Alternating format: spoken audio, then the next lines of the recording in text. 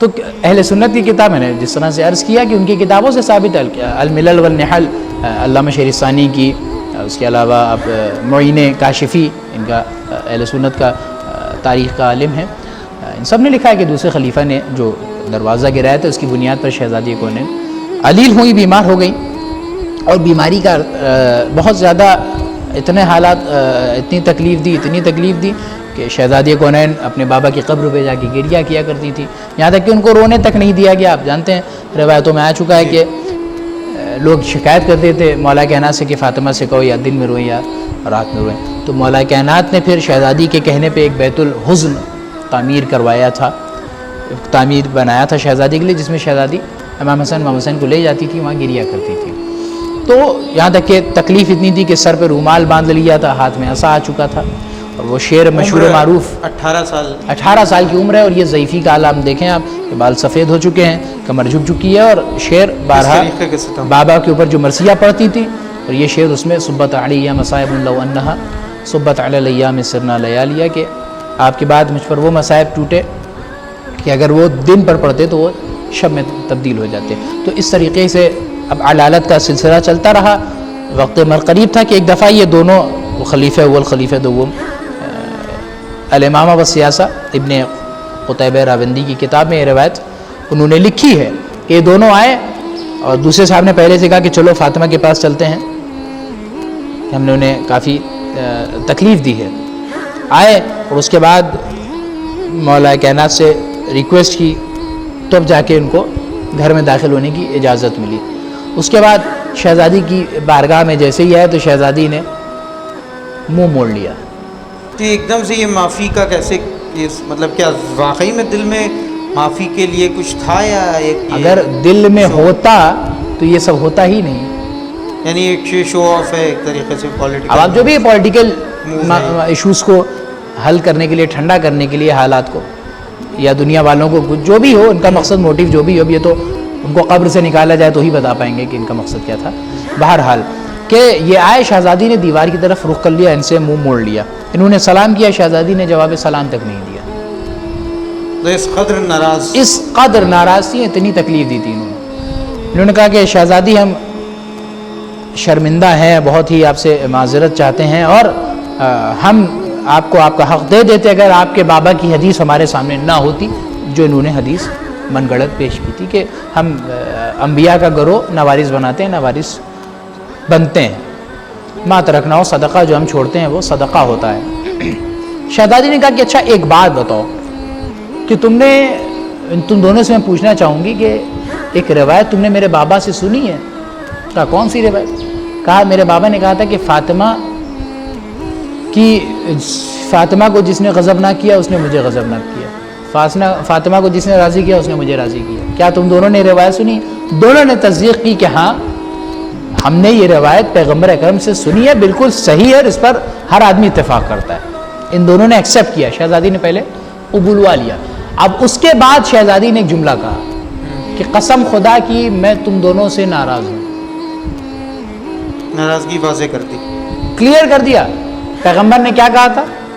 جو فاطمہ کو ناراض کرے گا مجھے ناراض کرے گا۔ قسم خدا کی تم دونوں نے مجھے اذیت دی ہے، میں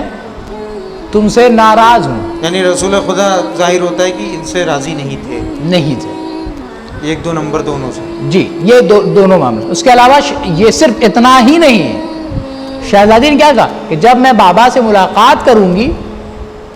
تو میں تمہاری شکایت کروں گی ان سے، تم دونوں۔ اچھا یہ بھی جملہ یہ جملہ ہے، اس کتاب میں لکھا ہے الامامہ والسیاسہ میں ابن قتیبہ راوندی۔ اس کے علاوہ میں ہر نماز کے بعد تم دونوں کے لیے لعنت کروں گی، بد دعا کروں گی۔ آپ جائیں کتابیں پڑھیں دیکھیں۔ اس کے بعد ہم پر اعتراض ہوتا ہے کہ ہم اپنی طرف سے گڑھ دیتے ہیں، ہم امت میں اختلاف کر رہے ہیں۔ اختلاف ہم نہیں کر رہے ہیں، ہم تو وہی کر رہے ہیں جو اہل بیت نے، ہم تو وہ کر رہے ہیں جو پیغمبر نے کیا ہے،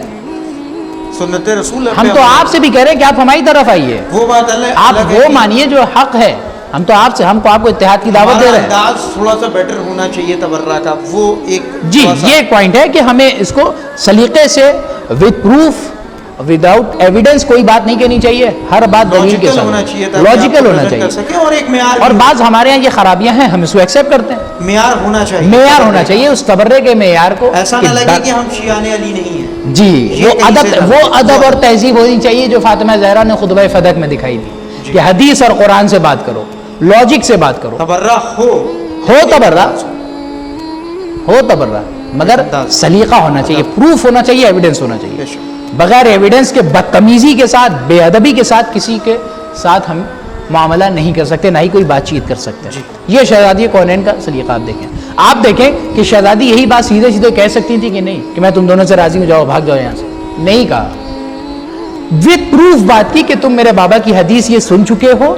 اور اب میں یہ کہہ رہی ہوں، پہلے قبلوا لیا، پروف دے دیا، اس کے بعد کہا کہ میں راضی نہیں، میں راضی نہیں۔ تو یہ طریقہ ہوتا ہے تبرے کا، یہ طریقہ ہم مانتے ہیں اس بات کو، کرنا چاہیے، ہاں یہ ہم مانتے ہیں کہ ہمارے یہاں شیعہ مذہب میں غلطی ہے، ہمیں ایکسیپٹ کرنا چاہیے کہ ہاں ہمارے یہاں غلط ہوتا ہے، کچھ لوگ غلط طریقے سے پروف کرتے ہیں، غلط طریقے سے بحث کرتے ہیں، اس کو ہم بالکل کنڈم کرتے ہیں، کیونکہ ہمارا مذہب کیریکٹر کا مذہب ہے، ہمارے یہاں اخلاق ہے، شاید اگر ادبی گفتگو ہو اس پہ تو شاید ہم ان کو قائل بھی کر سکتے ہیں، بالکل قائل کر سکتے ہیں، آپ بالکل نرم مزاج ہو کر، ٹھنڈے ہو کر، بالکل سکون کے ساتھ تاریخ پہ بات کریں، تو شاید دیکھیے بھائی، ہاں دو چار والی بات، ہم کہتے ہیں کہ بھائی یہ کتاب آپ کی ہے، آپ کے یہ راویوں نے یہ بات لکھی ہے، اب آپ فیصلہ کر لیجئے، قرآن یہ کہہ رہا ہے، حدیث پیغمبر یہ کہہ رہی ہے اور آپ کی کتاب میں ہے، اب آپ جو چاہیں فیصلہ کر لیں، اب آپ کی مرضی، آپ مانیں نہ مانیں، ہم کسی پر اپنی رائے تھوپ نہیں سکتے۔ یہ وہی طریقہ ہے جو مباہلے میں رسول کا بھائی، اگر وہ جناب عیسیٰ والے مدعے کو نہیں مان رہے تو کیا رسول اللہ لڑنے لگے تھے؟ وہ مدینے آئے تھے، گھیر لیتے، اور انہوں نے پروف بھی کیا کہ وہاں سے مباہلے میں وہ پروف بھی کر رہے ہیں کہ حضرت عیسیٰ نماز پڑھتے تھے کہ نہیں، وہ ساری دلیل لے رہے، یہ عبادت کرتے تھے، یہ آرگیومنٹ کا طریقہ ہے یہ کہ ہم سامنے والے کو اس کی دلیل سے ہی باطل کریں گے، تو ہمیں بھی یہی کرنا چاہیے کہ اس ٹھنڈے طریقے سے یہ بات ہونی چاہیے۔ تو یہ بات بالکل ثابت ہے ان کی کتابوں سے بھی کہ یہ ظلم ہوئے، اور انہی حالات کے چلتے چلتے شہزادی کونین نے اس دنیا کو سے اپنی آنکھیں بند کر لی، اور وفات کا مرحلہ جو آیا وہ انہی اذیتوں کے تحت تھا۔ اور آپ اس کے بعد کے مرحلے دیکھیں کہ مولا کائنات کو کتنی تکلیف ہوئی ہے اس شہادت پہ، کہ وہ کہتے تھے اس کے بعد بھی، اب آپ دیکھیں کتنا مقدس رشتہ تھا اور کتنی محبت تھی ان دونوں میں، اس کو آپ ٹیلی کریں رسول اسلام کی زندگی سے کہ جناب خدیجہ کی امپورٹنس پیغمبر کی زندگی میں کیا تھی، کہ خود مسلمانوں کی بڑی ہی معتبر مستند ام المومنین سے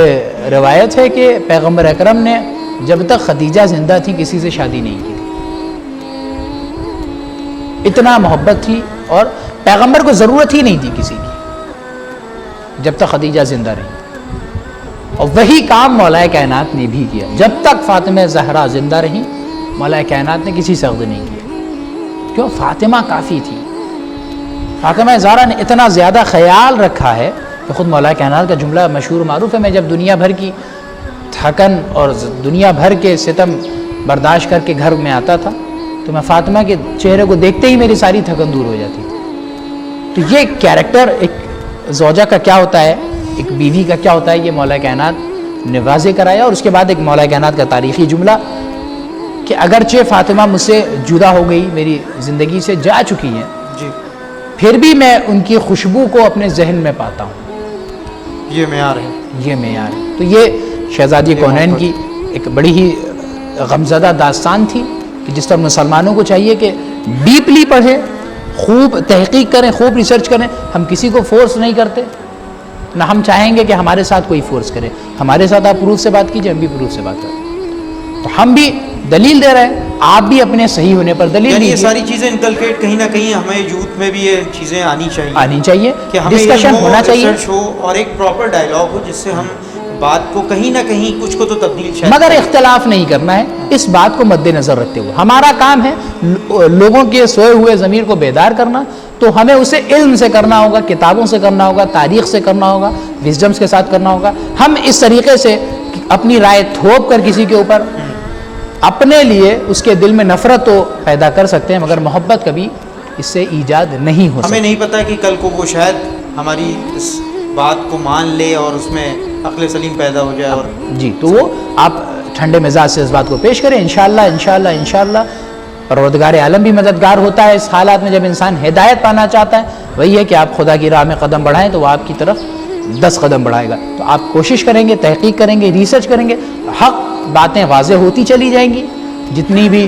دبی ہوئی تاریخ ہے وہ کھلتی چلی جائیں گی. بس ہمیں پڑھنے کی دیر ہے اور سمجھنے یعنی کی. کہیں نہ کہیں ہم اس علم کو نہیں شاید چھو پا رہے ہیں, شاید ہم کہیں نہ کہیں ڈائیورٹڈ ہیں. جی Youth ہم ہمارا چونکہ اپنے diverted ہے. اختلافات کو بہت زیادہ ہوا دے رہے ہیں. ہمارا فوکس کہیں نہ کہیں ہمارا shift ہے. فوکس کہیں اور ہے. ہم چھوٹی چیزوں میں لگے ہیں. ہم دیکھ رہے ہیں کہ نماز میں ایسے ہے, وہ ایسے کر رہے ہیں, روزہ وہ 5 منٹ پہلے کھول لے رہے ہیں. ہمیں مین کام جو کرنا ہے, اعمال نہیں تو کرنا. واقعی اہمیت رکھتے ہیں, اس میں کوئی دو رائے نہیں ہے. بالکل. نماز روزے کی اہمیت ہے, اپنی جگہ ہے, لیکن اس سے کہیں زیادہ اہمیت عقائد کی ہے, اس سے کہیں زیادہ اہمیت تھیولوجی کی ہے. آپ دیکھیں گے کہ اس پر اگر کام نہیں ہوا اور اگر عقیدہ بگڑ گیا تو انسان لاکھ عبادت کرتا رہے, اس کی عبادت رائے گاں ہو جائے گی.